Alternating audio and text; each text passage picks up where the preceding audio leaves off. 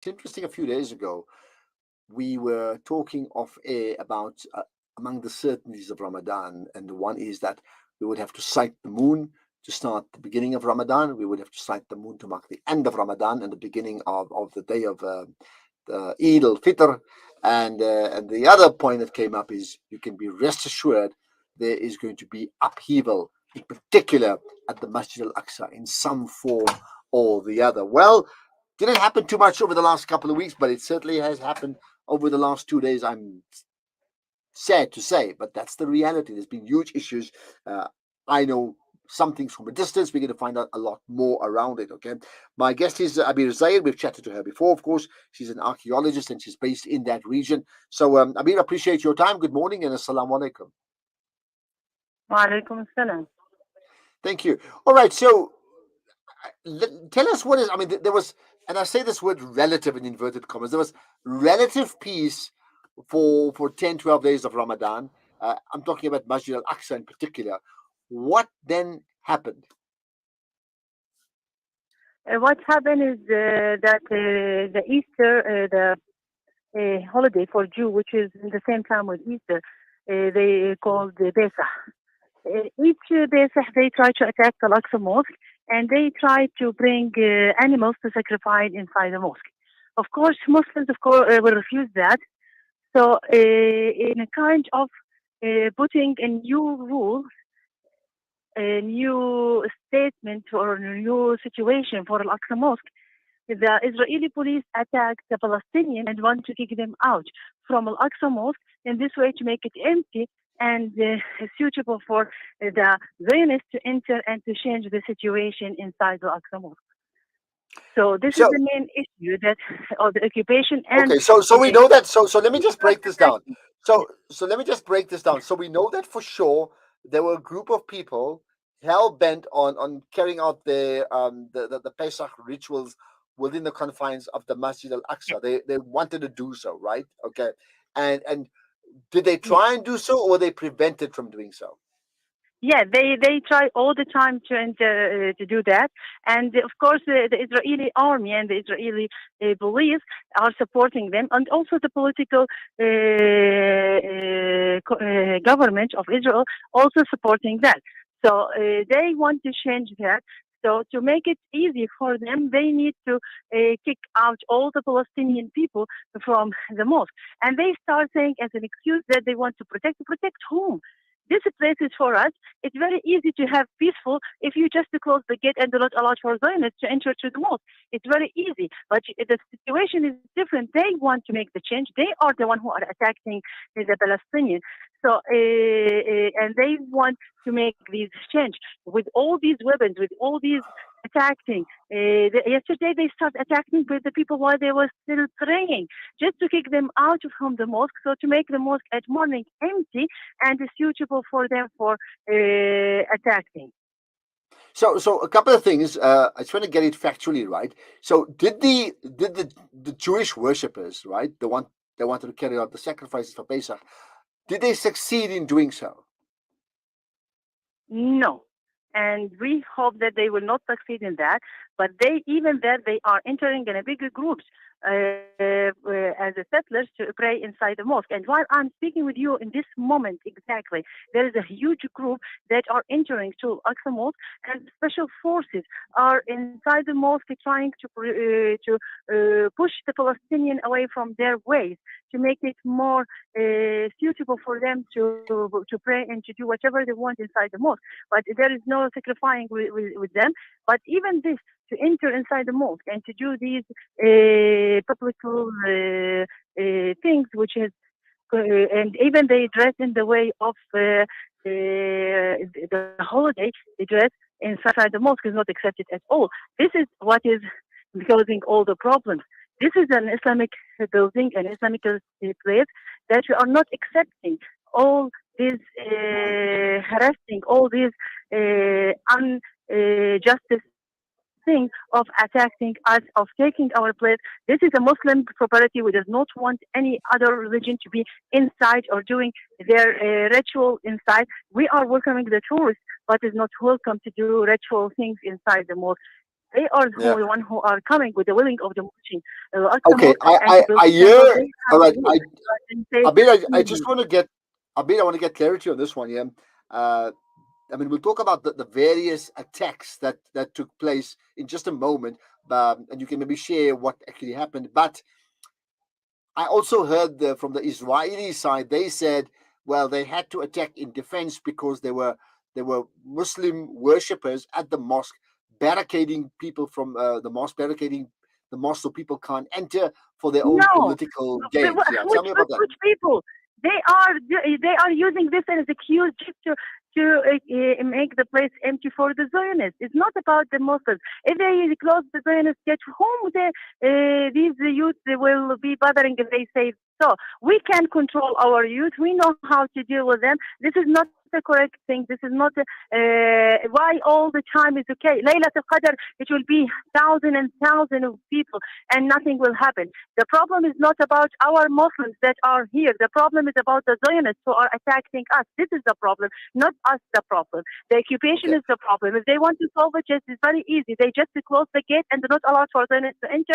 All the problems will be finished. They do not need to do anything at all. Everything will be safe. The danger is coming from them, not from us. Okay, so clarity here. There were like fireworks exploded. Who did that? Then were there other explosions? I don't mean fireworks. I mean like whether it's bombs or grenades. Were that sort of thing? Did that happen Okay. at all? First of all, first of all, first of all, to say about the fireworks is not a justify for anything. The fireworks sometimes some use to try to protect themselves with it when the Israeli army attacked them. If there is no Israeli army inside the mosque, why they will use it?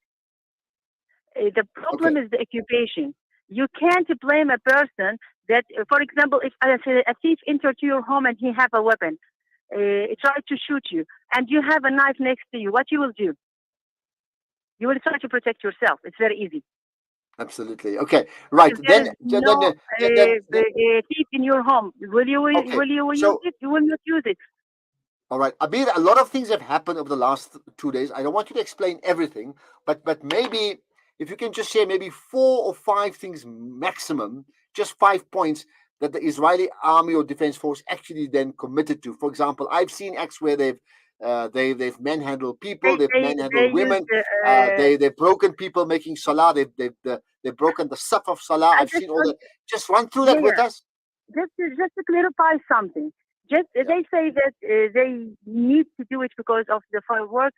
If you look in the last few months, you can see that there was a problem between Israeli themselves and they attacked each other. And the Israeli army, Israeli police, never use violence against any one of them, even with all the things that they had done, which is more violence than any guy of us had ever do. This is right. So to use the violence against us, just because the apartheid system that we are living in, they are not dealing with the same thing. This is the second thing that they are attacking the people. For example, yesterday while they was praying, they attacked them, women, children, old men. They do not care. So to use the firework as an excuse, it's just an excuse to justify the apartheid thing that they are doing against us in the Al-Aqsa Mosque. Okay, so that's happened. Many people hurt. I know that. I mean, are there people hurt, injured that you can tell us about? Yes, some people are injured. Some people was in jail.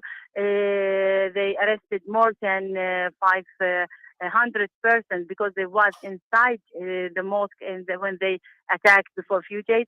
And they will never do something like that against Zionists. The thing that, as we said, is not what the people do, is the system of apartheid that they want the place to be empty, and they already say it clearly in the media that they want to demolish Al-Aqsa Mosque and to build the temple instead. It's their goal, and they say it very, very, very clearly. So it's not about the protecting, as they say. It's about changing, about taking the place. It's a fight about the place itself. They want to take Al-Aqsa completely from us, and they want to make it suitable for Zionists to pray. This place is 24 hours. All the place is for Muslims. It's not allowed for any other religion to pray inside. So I'm thinking about the defense part. You gave the example of the gun and the knife. That's a one-on-one defense. Here's if you're having a situation where people are coming to try and take over the mosque, and they are supported by the Israeli Defense Force, and therefore the Israeli government. There's a different type of attack then that's taking place. So what then is the defense against that from A, the Palestinian people, B, those who govern the Masjid al-Aqsa, C, from the international community? Who is anybody saying anything that suggests, hold it, we The are not going to international tolerate community is this? supposed to. There is an old agreement about the statistic of Al-Aqsa Mosque, which was in 1967. We want the situation to go back like it was in 1967. We does not want all the changes that Israel had done. They're supposed to be stuck with the agreement that the national war. Then we does not want to see any of the Israeli police side of Al-Aqsa Mosque. We does not want to see the Zionists inside the mosque. We can manage the tourists and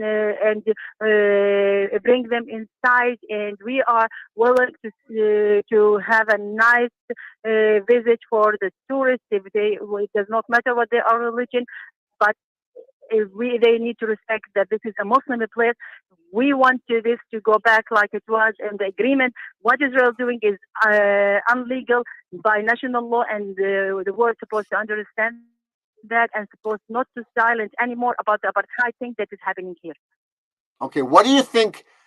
What do you think is going to happen next? What do you think should happen next? In the future coming days, it will be more come down because the Jewish holiday it will be finished.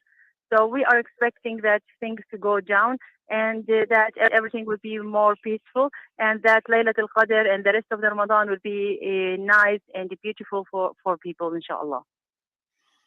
Okay, and the issue of condemnation, and again the point of like this cannot continue. Is that likely to happen from an international perspective? The It same all way the time will as continue happening uh, because of Israel's goal, which was very clear, and the world is not taking any action against that. The goal of attacking, even yesterday, the Ben Gvir gave the order to attack before the prayer finished.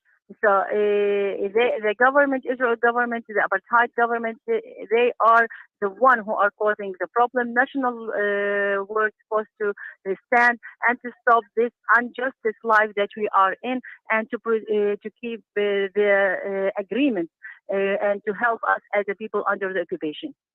and you wonder as we leave it at that, Abeer Zayyad, that you wonder, to what degree, and there's been voices of support of the Palestinian cause by many people globally, but there's been many others who are absolutely silent, and there are many others who openly support resolutions that speak for the Israelis versus for the Palestinian cause, and then one has to check out which one is a supporter of human rights and which one is an abuser of human rights. And it's disturbing that it still continues. This in the light of the world taking a very clear moral stand against the Russian attack on the Ukraine. So something to consider. Now, perhaps in that light, as we wrap up, here's a thought. We often ask for people to send out WhatsApp voice notes, and you can do that all the time. You know that 061 766 0355, right? So Hassan Lorgat, well known certainly to many of us as a social justice activist, well, he has got this to say regarding the Masjid al-Aqsa attack. Attacks on Masjid al-Aqsa are part of what the Zionists have called in other attacks mowing the lawn to cut down on Palestinian resistance and morale. It happens periodically, and particularly during Ramadan, when Muslims are focused on questions of faith and justice, and it's easy to provoke, and therefore we forget that the struggle against Zionism and its power is a struggle against a systemic and structural oppression that will not go away by an emotive response. We need the emotion, but we need to work far more seriously beyond our closed circles, just talking to each other, connect directly with Palestinians, and put pressure on the powers of the world to make sure that change happens. It will not only happen in occupied Palestine, it will happen in solidarity where we are fighting in South Africa, fighting in the UK, fighting in North America. That's what happens. So we must be careful how we speak, because it will then kick off the usual recriminations of cases against people at a certain commission, because these are provoked attacks. So we must be careful how we respond, but we must respond with honesty, integrity, and justice. Salam Media, your spiritual companion this Ramadan.